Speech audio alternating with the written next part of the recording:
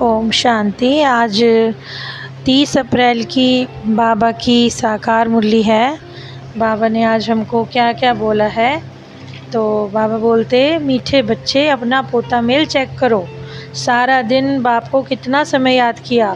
कोई भूल हो तो देखो कि भूल तो नहीं की, क्योंकि तुम हर एक व्यापारी हो। बाबा ने सबको बोला कि तुम सभी व्यापारी हो।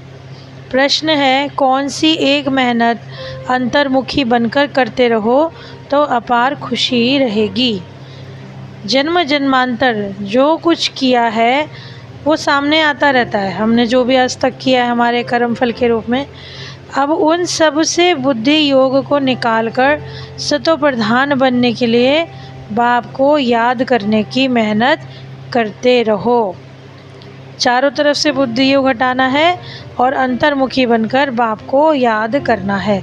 जैसे अब तक जो किया वो तो सामने आता रहा, परंतु अब क्या करना है वो बाबा डायरेक्शन दे रहे हैं। सर्विस का सबूत हो तो अपार खुशी रहेगी। बाबा कहते हैं अगर आप सर्विस करते रहो तो अंदर ही अंदर खुशी रहेगी। ओम शांति। बाप को तो सभी बच्चों की सदगति करनी है। बाबा किसी एक बच्चे की सदगति के लिए नहीं आते, बाबा सबकी सदगति करते हैं। विश्व की सदगति करनी है। मुक्ति तो सबकी ही होनी है। मुक्ति मतलब शांति धाम, सबको जाकर फिर जीवन मुक्ति यानी सतयुग में आना ही है। बाप आते ही भारत में हैं।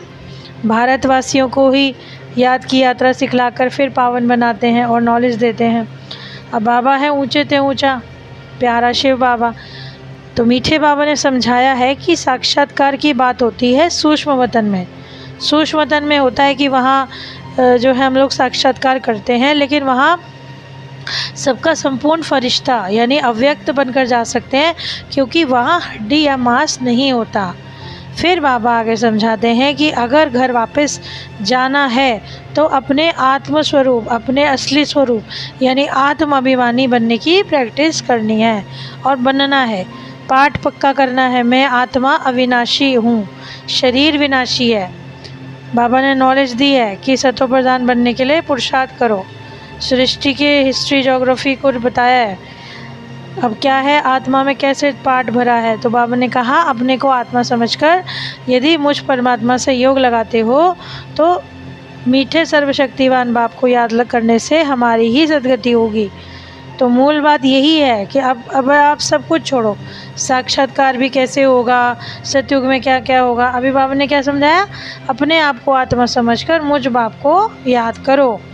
फिर दैवी गुण भी ज़रूर धारण करने। ऐसा नहीं कि भाई सब याद करना है छोड़ देना। बाबा ने क्या कहा, दैवी गुण ज़रूर धारण करने हैं। कहते हैं ना किसी किसी के चलन से देख के लगता है कि अरे ये तो देवता स्वरूप है। तो बाबा ने ये भी कहा कि पूरे दिन का पोता मेल चेक करो। क्या क्या चेक करना है, कोई भूल तो नहीं हुई, हमने कितना समय बाप को याद किया, यानी हमने पूरे दिन में कितने घंटे हम बाप की याद में रहे, कितना हम अशरीरी बने, या हमने कितने दैवी गुण अब तक धारण किए। बाबा कहते ना अगर तुमने अभी तक दैवी गुण धारण नहीं किए तो फिर देवी युग यानी सतयुग में चलने लायक कैसे बनेंगे। ये जानना भी है कि नई दुनिया स्थापन हो रही है, ये पता है हर बच्चे को। पिछाड़ी में क्या होगा, बाबा ने कहा कलयुग तो ख़त्म होगा, सतयुग भी आना है। बाकी जो भी राज हैं आगे के वो अपने आप खुलते जाएंगे। जैसे जैसे बाबा को डायरेक्शन देनी होगी, बाबा अपने आप मुरली में आपको अपने राज बताते जाएंगे। जिस समय जिसके आंसर की आवश्यकता, ये महसूस करने की भी बात है कि जब किसी बच्चे को किसी तरह की गाइडेंस की आवश्यकता महसूस होती है तो बाबा उसे वो आंसर देते भी हैं। लक्ष्मी नारायण को इतना महिमा योग्य बनाने वाले एक ही हैं, कल्याणकारी परमपिता शिव, जिनकी 5 तत्वों की शरीर की पूजा हो नहीं सकती। अब क्यों नहीं हो सकती, क्योंकि उनको तो 5 तत्वों का बना हुआ शरीर ही नहीं है। अभी तो कलयुग में बाबा कहते हैं देखो 5 तत्वों की पूजा होती है, कईयों के तमो प्रधान शरीर की पूजा होती है, परंतु बाबा की पूजा हम कैसे करेंगे। वहाँ तो बाबा को हड्डी का, मांस का और 5 तत्वों का बना हुआ शरीर ही नहीं है। तो बाबा ने क्या कहा, चारों तरफ से बुद्धि योग को हटा लो, क्योंकि जाना भी तो शांति धाम है ना, फिर तभी तो सुखधाम में आएंगे। तो बाबा को याद करने के लिए अपना सारा बुद्धि योग हमें बाबा से ही जोड़ना है, तभी तो हर रिश्ते का बाबा कहते हैं कि हर रिश्ते का मुझसे जोड़ लो, तभी विक्रम विनाश होंगे। ऐसे तो विक्रम विनाश हो नहीं सकते। हमने जो इतने जन्मों के हमारे से पाप कर्म विकर्म जो भी हुए हैं, तो बाबा ने यही डायरेक्शन दी है कि बाप को याद करना है, दैवी गुण भी धारण करना है, अशरीरी स्वरूप भी बनाना है और अपना फरिश्ता स्वरूप बनाकर सूक्ष्म वतन में जाना है। बच्चों की एक आस होती है कि साक्षात्कार की आस भी नहीं करनी। बाबा ने कहा पहले तुम याद तो करो बाबा को, पहले तुम इतने पवित्र तो बनो। फिर आज का वरदान जो बाबा ने दिया, सेवा करो तो हद की इच्छाओं से मुक्त होकर सदा संपन्न और समान बनोगे। सेवा करनी है यानी हद की इच्छाएं माने जो भी हम आज तक दुनिया में चाहते थे, ये हो जाए, कोई इंसान अपने शरीर के लिए चाह रहा है, कोई धन के लिए, तो ये सब क्या है, हद की इच्छाएं तो हैं ये। तो इन सब से भी बुद्धि योग हटाना है। अब हमें बेहद की सेवा करनी है और बेहद की उसमें रहना है स्थिति में। तो सेवा करेंगे तो अपने आप ही संपन्नता अपने आप ही आती चली जाएगी।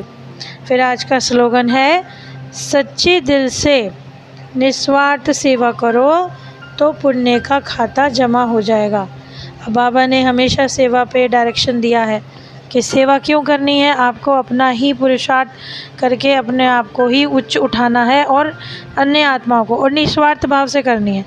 बाबा ने ये कभी नहीं कहा कि भाई आप स्वार्थीपन से किसी की सेवा करो। हमेशा जब भी करनी है निस्वार्थ भाव से आत्मा को भाई भाई समझकर सेवा करनी है, क्योंकि साक्षात्कार करना ये सब बातें तो आपकी उसमें है, लेकिन सेवा बहुत ज़रूरी है। तो अगर हम दूसरों आत्माओं का दुआएं लेते हैं तो आगे चल के हमारी भी सद्गति होगी।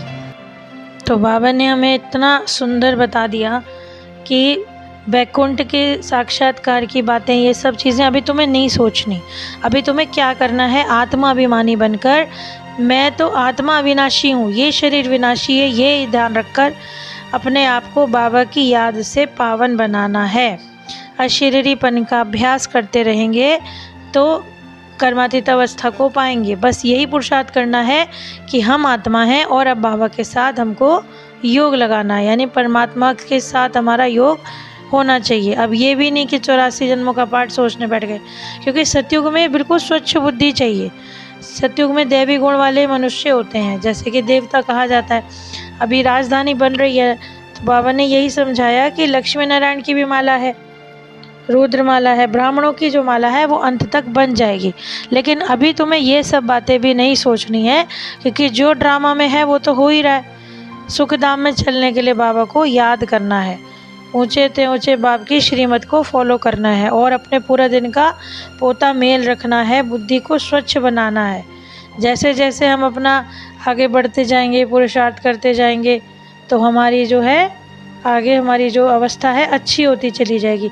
अभी तो अवस्था किसी की भी अच्छी नहीं है। बाबा ने कहा ऊंचो बनना है, अभी तो कायदे से चलेंगे। अभी तो यहाँ के उसकी बास की बात बता रहे थे बाबा आज मुरली में कि यहाँ देखो कितनी स्मेल आती है, वहाँ तो तुम्हें अगरबत्ती जलाने की भी ज़रूरत नहीं पड़ती, क्योंकि वहाँ सब कुछ फर्स्ट क्लास होता है। वहाँ ना सर्दी होती है ना गर्मी है। इसलिए तो बाबा कहते हैं कि तुम जैसा पद्मा पदम भाग्यशाली कोई होता नहीं। तो जिस बच्चे को पता चल जाए कि हमें इतना ऊंचा प्रारब्ध हमको मिलेगा, तो वो कितनी मेहनत करे। शिव का चित्र किस चीज़ का बना हुआ है ये पूछना चाहिए, क्योंकि कोई बतला ही नहीं सकते। बाप कहते हैं ये सब बातें अब हमें बुद्धि से हटानी है, क्योंकि तूफान तो अंत तक आएंगे। अपनी बुद्धि को बाबा में लगाने से हमें अब समृद्धि मिली है कि हमें क्या बनना है। और कोई तो सर्विस करते हैं तो बाबा कहते हैं उनको और ही ऊंचा पद मिलता है, परंतु पांचों तत्व जो है वहाँ सतयुग में शुद्ध होंगे, अभी नहीं है। अभी हमें वहाँ चलने लायक अपने आप को बनाना है और आगे के ऊंचे भाग्य के लिए ऊंचा उठाना है। तो बाबा ने यही समझाया है कि अब आपको अपने आप के साथ और अन्य आत्माओं के साथ बाबा के साथ स्वच्छ बुद्धि योग जोड़ना है, क्योंकि सूक्ष्म वतन स्थूल वतन जो भी है, जिसका भी आज तक तुम परिचय प्राप्त करते आए हो, आगे चल के तुम्हें सतयुग में वास करना है। तो अपनी प्रारब्ध ऊंची और अच्छी बनानी होगी, क्योंकि तुम आत्माएं बाबा के द्वारा पलती हो। तो हम उम्मीद करते हैं ये मुरली आज की बहुत अच्छी लगी होगी आप सभी को।